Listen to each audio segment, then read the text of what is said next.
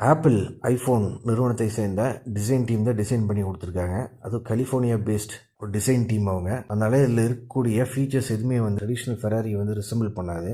அது மட்டும் இல்லாமல் பொதுவாக ஃபெராரி கார் மற்றும் ஹைப்பர் கார்கள் ஸ்போர்ட்ஸ் கார்ஸ்லாம் பார்த்தீங்கன்னா 2 டோர்ஸ் மோஸ்ட்டாக இருக்கும். ஆனால் இந்த காரில் 5 சீட்டர் காராக 4 டோர்ஸை வச்சு மேனுஃபேக்சர் பண்ணியிருக்காங்க.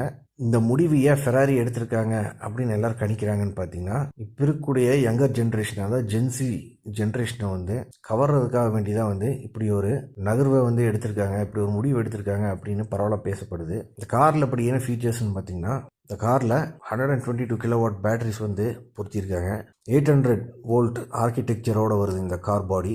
இந்த 4 வீல்லையும் பார்த்தீங்க அப்படின்னா ஒவ்வொரு வீலுக்குமே வந்து ஒவ்வொரு மோட்டர் வந்து இண்டிவிஜுவலாக ஃபிட் பண்ணியிருப்பாங்க. அதனால் உங்களுக்கு ஒவ்வொரு ரொட்டேஷன் ஸ்பீடு வந்து ஒவ்வொரு வீலுக்கும் டிஃப்ரெண்ட்டாக கிடைக்கும். அதனால் உங்களுக்கு ட்ராக்ஷன் கண்ட்ரோல் மற்ற ஸ்டெபிலிட்டியில் வந்து டேர்னிங்கில் உங்களுக்கு நல்லாவே கிடைக்கும்.